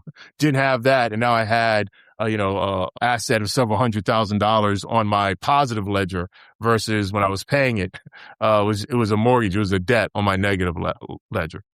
Yeah. From what I was able to glean from the bill, it didn't. It looks more like it's going to take away a lot of the regulations and maybe streamline, the process, or encourage streamlining of the process to get houses built and where they can build them. But it doesn't address, I think, and I don't know who got to the speechwriter or to President Trump to say what he said at the State of the Union, but it is something that needs to be addressed. I just had a personal experience when I was going through some physical therapy that the nurse that was dealing with me was trying to get a house, and she kept, every time she thought she was about to close on it, all of a sudden she got outbid or whatever the case was, and she didn't understand that. And then, and me just being nosy, that's what was happening. It was like groups like Main Street were coming in and buying these residential homes here in Georgia and turning them into rental properties. And it's, so that, it doesn't, it might help their bottom line or whatever, but it doesn't help the situation that we're in. So again, I can go into a whole sermon about that, but I'm not going to. I think it's important. I just think it's important to note that is, that issue is separate from the Road to Housing Act, right? And that is something that, individual buyers, particularly trying to buy a first home or buy an affordable home, should not be competing with, multi-billion-dollar private equity organizations. It's making an expensive housing market that much more out of reach for most Americans, and particularly most Black Americans. Right. All right. Monica Mitchell said in the conclusion of the State of the Dream 2026 report, regression is not destiny, but neither is progress automatic. Based on that statement, what is the charge for the Black community in 2026?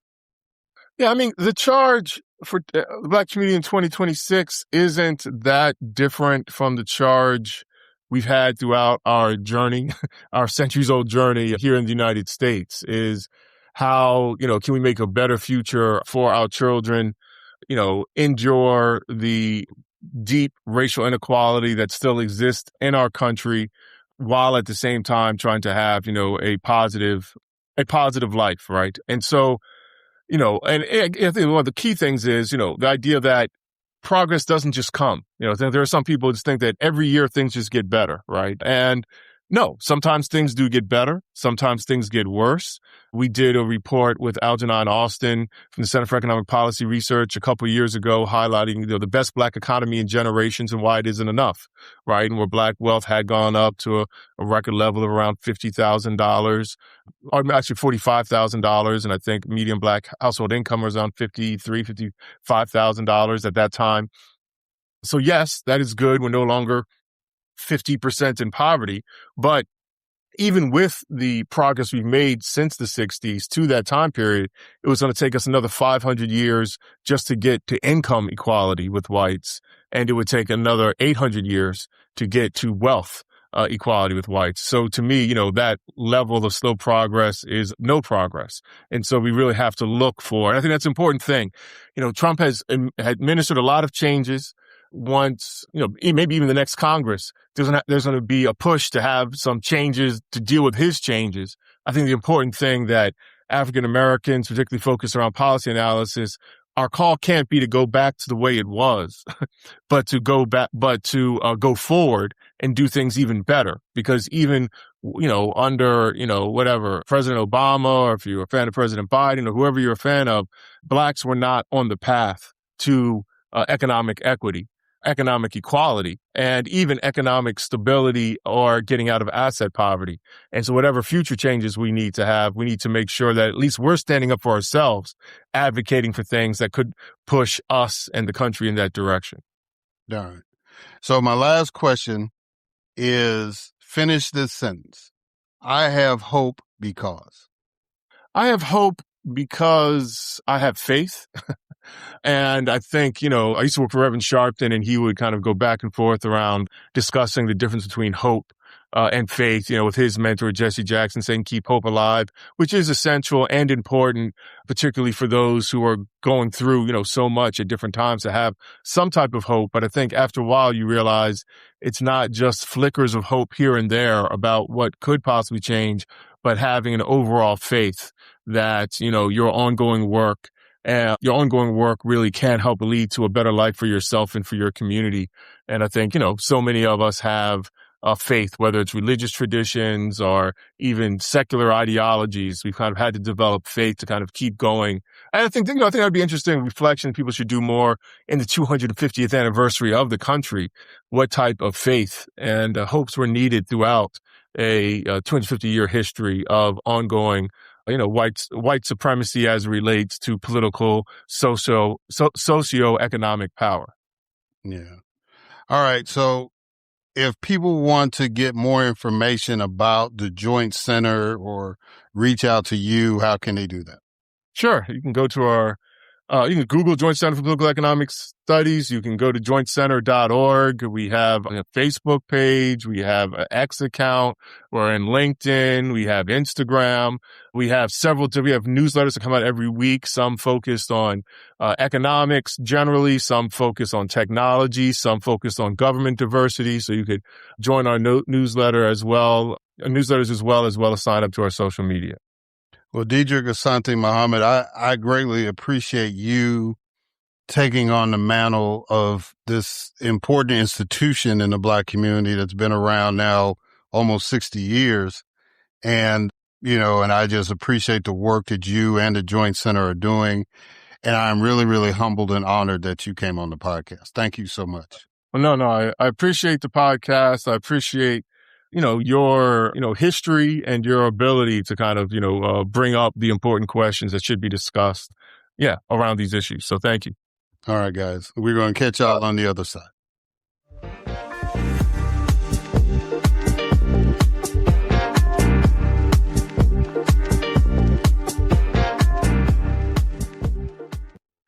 All right, and we are back. So I want to thank Gregory S. Cooke and Dedrick Asante-Muhammad for coming on the program.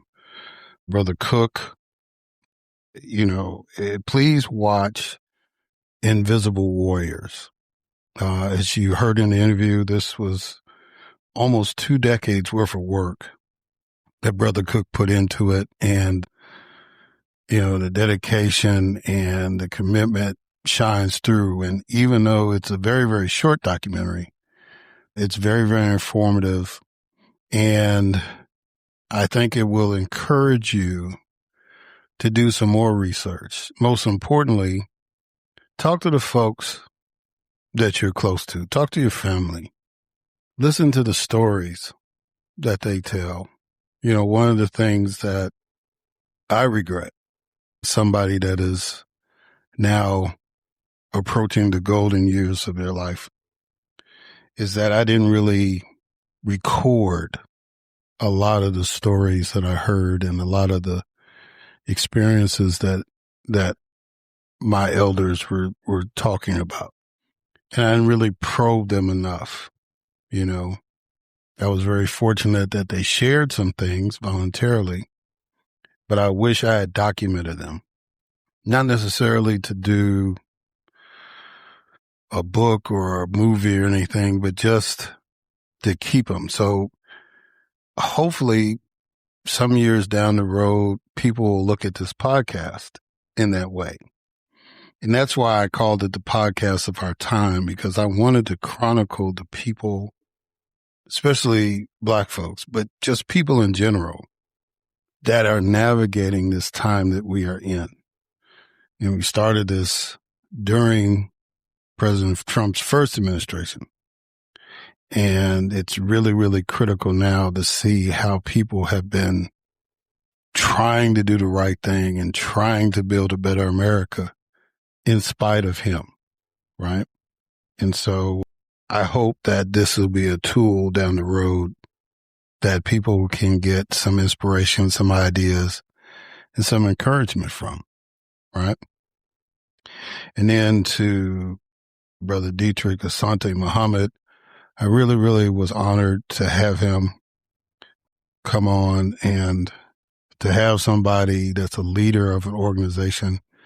Been very fortunate to have some leaders of organizations out here on the podcast. And, the Joint Center is one of those things, me being a political junkie, I knew a lot about it, but a lot of people in the community don't know that there's been this group that's been dedicated to help elected officials and others in the community fight for things that are and articulate things for our benefit. So I want to thank him for stepping up in that role. I thank the Joint Center for the work that they're doing, and hopefully things go right. There'll be some things coming down the road. We'll see. There's no promises on that, but this won't be the last time Brother Asante-Muhammad will be on the podcast. I promise you that. So I want to say something that those people who really, really know me know this is true. There's only one thing I like more than politics, and that's sports. Now, I never was much of a athlete. I mean, I held my own in baseball. I did okay with football and, basketball. It's like if my black card was dependent on my basketball skills, I probably would have lost that. But I enjoy sports. I enjoy athletics. I ran track, and, I just admire. And now my big thing is golf. right? Sounds like something somebody old would say, but it's just amazing to me to watch the people that do it for a living, how easy they make it look and how incredible they do things.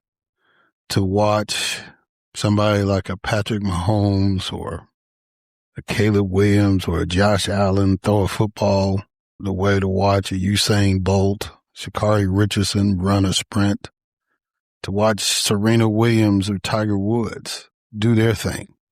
You know, and of course, Michael Jordan, Walter Payton, you know, all those greats, you know, in baseball, just the guys like Aaron Judge and Shohei that can just hit the ball a country mile, or Nolan Ryan that could throw it 100 miles an hour with control, or Greg Maddux who doesn't have to throw it 100 yards and still strike people out.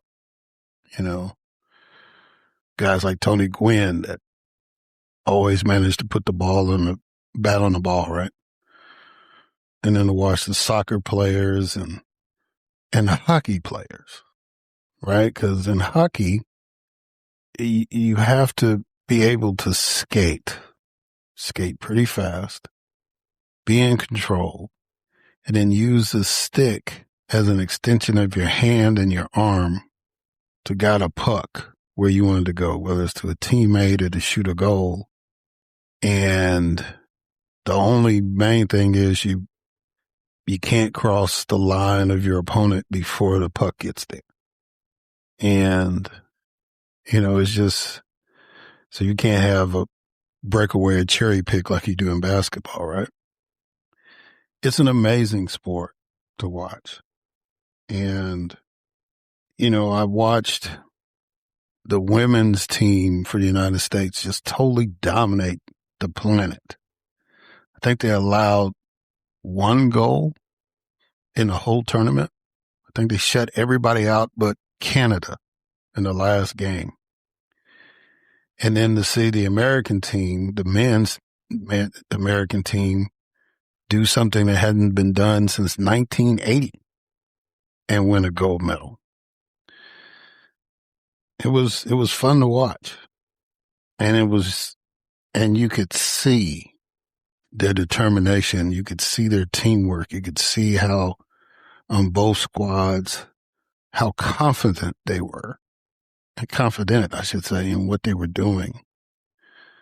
And, you know, just as somebody, you know, as an American, you feel proud about that, right? And so, let me just say up front, I am very, very pleased and happy that they were able to accomplish that. And then just all of the Olympic athletes, the figure skaters and the bobsledders and the skiers and the biathletes. And, you know, it's just amazing to watch human beings do those kind of things. To be able to ski and then shoot something on target. Wow. Or to turn the slopes into a place where you can be creative. You know, I can barely handle a skateboard, let alone a snowboard.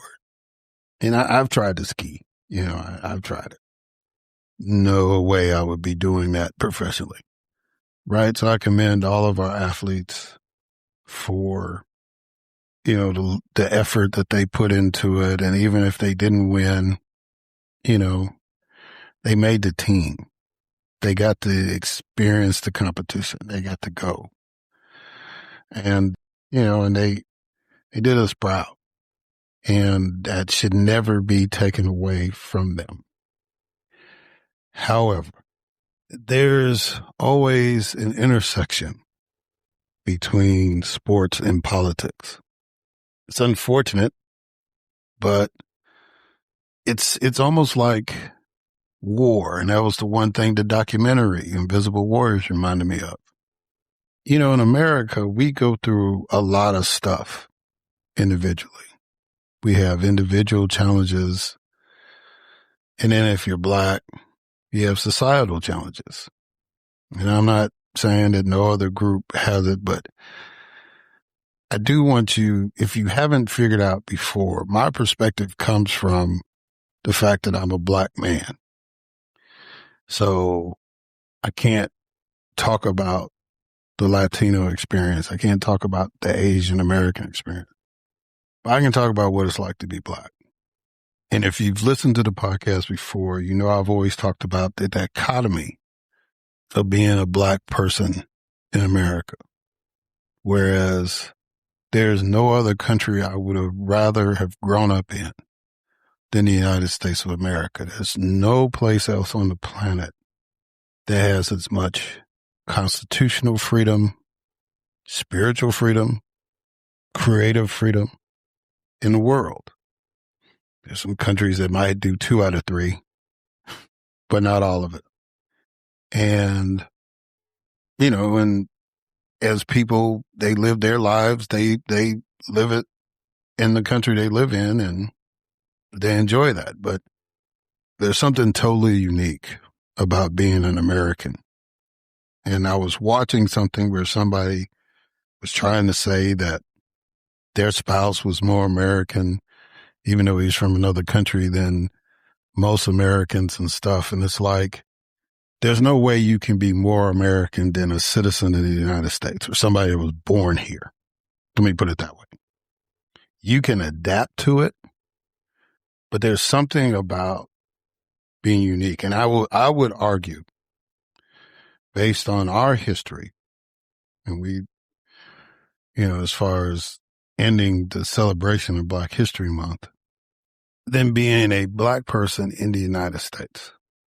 The journey that we as a people have gone through to get where we are now and still seek better, right? There's nothing more American than that. There's an old saying in the United States, you talk about pull yourself up by your own bootstraps, right? Well, we as a people didn't even have boots. Then we learned how to make the boots. Then people denied us access to boots. And then when we got the access back, all of these people that pulled themselves up, whether it was with assistance or on their own, the success stories are incredible. And people can argue it if they want to, and that's fine. That's their prerogative. But our story is really, really unique. So if you want to get into a debate about who is more American, who represents the ideals of the nation more than anybody else, then every time you look at a Black person, you should salute them if you want to go there. I'm just saying. But that's not the gist of what I wanted to talk about. I wanted to talk about the juxtaposition between sports and politics, because there was a moment when here was a team who was celebrating something that hadn't been done again since 1980. A U.S. hockey team, male hockey team, won the gold medal. And, you know, we've been close since then, right? I'm an old Blackhawks fan, so I remember Patrick Kane doing his best. I think he got 2 silver medals out the deal, right? But not getting that, not being on the top of that platform, not being a gold medal winner. First time we've done it since 1980. And almost as instantly as they had pulled that off, a person who was given the responsibility to lead the nation they represent messed it up for all of them.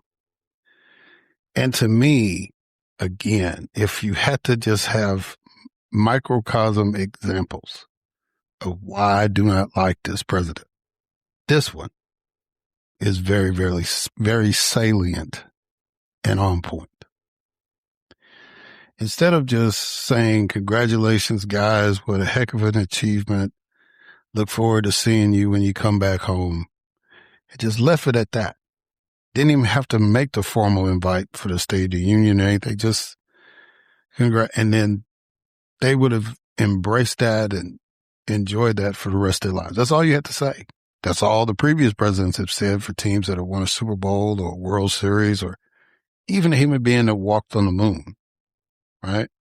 And for those of y'all who are out there on the internet, yes, I'm one of those people that actually believe we did that. The majority of my generation thinks that actually happened. Black, white, whoever, whatever. For those young cats that want to create all this stuff, because you've got all this technology for special effects and all that, that's nice. It's great. This is America. You can live in that fantasy if you want to. But the reality is, we did that. And so when the president called the astronauts when they did that, it's a big moment. So, but only this president could mess that moment up, because he made it about him. And because he makes it about him and he puts people in an awkward position to try to respect him and humor him, he gets all of us in trouble, right? In one way, shape, or the other. The athletes, before they even competed, were kind of looked at a certain way. When the vice president showed up at the opening ceremonies, he got booed by the planet because of this particular person, our president, right? Supreme Court said, Mr. President, what you did with those tariffs is wrong. Can't do that. Did he say, like Franklin Roosevelt, all right, find another way to do it, or we just scrap it all together? Roosevelt even went as far as say, well, maybe I'll expand the court. But he went to Congress to see if he'd get that passed. He didn't just say, I'm going to do it. But not only did this president say, I'm going to do what I want to do, but then he trashed the very people that, three of them, two of the three, he appointed. And he trashed them because they didn't do what he wanted to do, right? And he takes this phone call to these folks and he calls them and he says, well, I guess I got to invite the women, because he didn't call the women when they won. I guess Kash Patel couldn't get in the ladies' locker room, but he didn't invite them to come to the State of the Union. And then he said, well, I guess I'll have to invite them or else I'll be impeached, right? And maybe if he hadn't been impeached before, maybe people might not have taken it a certain way, maybe. But the reality is, he doesn't have any empathy. He's not in the moment because it's always about him. The lady who was over player development, who basically helped pick the team on the women's side, had at least one son on the men's side. You just put her in the most awkward position of all time. Oh, they stuck a microphone in her face. How you feel about that? When you don't care about other people, this is the results. And so now, and then you had the skier, which I think I mentioned last podcast, who won a gold medal. And well, how do you feel? He said, well, I'm kind of feeling some kind of way because I'm proud to represent my nation, but I'm not happy about what's going on in my country right now. And you proceeded to call him, Mr. President, a loser. But see, it's not about you. It's about us. It's not IA, it's USA, right? So, I have always admired those people who have used their platforms to take a risk and speak up for something they believe in, even if I don't agree with it. It is what it is, Now that puts you in a position where if we have debates, we're not on the same side, then that's where it'll go. If we're on the same side, they're to defend you. But it doesn't diminish the fact that I feel as though that that you're taking a risk by taking a position. And so I commend people that do that, especially the black athletes. It took this one particular commentator who I don't really know how her mind works, but I know that she's been through some bullshit in her career to be where she is now. And she told an athlete who took a stand to shut up and dribble, right? I think now we're in a moment where the athletes need to come back and say, shut up and lead. Shut up and lead. I think that's where we are. I think citizens, regardless of their athletic ability, have a right to feel the way they need to feel about this nation, whether they are representing a particular team, a particular city, or a nation. They have that right. They earn that right. And so let's go even further. They were endowed with that right. So, for somebody to tell them, well, just stop doing that. Stop exercising your right because of what you do for a living or for your enjoyment. That's crazy. I just think that we've got more important issues to deal with in this nation than worried about how somebody feels. And if they're expressing an opinion, they're expressing an opinion based off of the experiences they've had and what they want to see their country achieve, the country that they represent, right? And it goes back to the people that fought in wars. You got black folks out here fighting for a country, fighting against fascism, fighting against empires. And then they come back home and experience that in the city they live in. Just imagine you win a gold medal and you go to a restaurant in your hometown and they say, well, we don't serve Negroes here. Or imagine you show up to vote in your military uniform and you get beat up, or even worse, you get lynched, right? How is that supposed to make you feel? Why wouldn't you have some kind of dichotomy in your mind about this nation? So when people say what they need to say, maybe we should listen, because we don't want anybody representing the United States, whether it's on a battlefield or on an Olympic field, feeling some kind of way about the nation they're representing, because they've been trained and because they believe in something. They do what they're supposed to do, but that feeling is there. And if we really had true American leadership, we would do something about that feeling. We would respond to that feeling. We would do everything possible to make those people feel better and prouder of who they are and who they represent. We wouldn't be trying to figure out ways to muzzle them or embarrass them or make them feel less than a citizen. We wouldn't keep putting them in awkward situations, right? But that's why I've been calling for and praying for true leadership.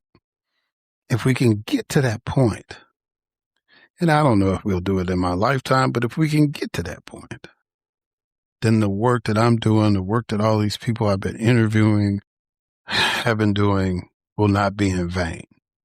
Even the people that don't accept the invites to be on the podcast, just know that if I've reached out to you, that means that I think you're doing something amazing. And whatever venue you continue to use, because obviously I noticed you, so there was some venue you were using. Just keep doing what you're doing. Keep putting that shoulder to the grindstone, right? Just keep helping people. Just keep helping this nation become better. Keep being examples of American leadership, because we're not getting it from the person that was elected to be our national leader, but it's out there. So, that's what I wanted to get off my chest, man. I think it's a shame that these guys did all that work and achieved what they wanted to achieve, and one insensitive person, really two, messed that up, scarred that. There's people now saying, oh, well, they're misogynistic and this is what men do and da-da-da-da. It's like, look, they didn't win the Nobel Prize for philosophy, if there is such a thing. They didn't cure cancer. They won a hockey game. They won a gold medal for their sport. Celebrate that achievement and don't, whatever they are individually or whatever, they got to deal with that. But as far as the team, and the accomplishment, that should be celebrated. We shouldn't let somebody mess that up for them. And that person should have been more of a leader not to mess it up for them. So when people ask me, well, why do you not support this guy? I just gave you another reason. And again, like I said last time, if you want to defend that guy, want to defend that mindset, then I'm here to fight you. And I'm trying to recruit as many people as I can to do it, to join me in that fight.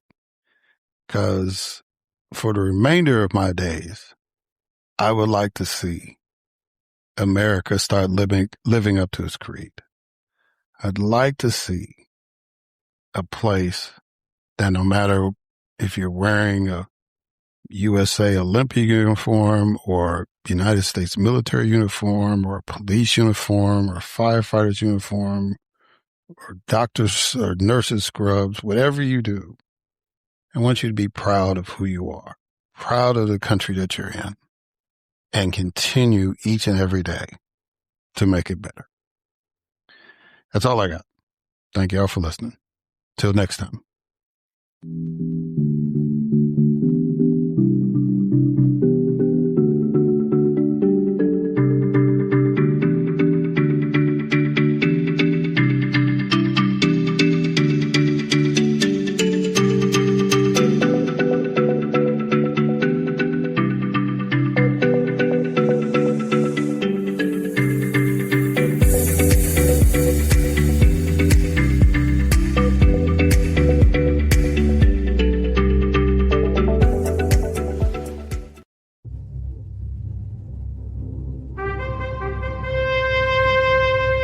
NBG Podcast Network.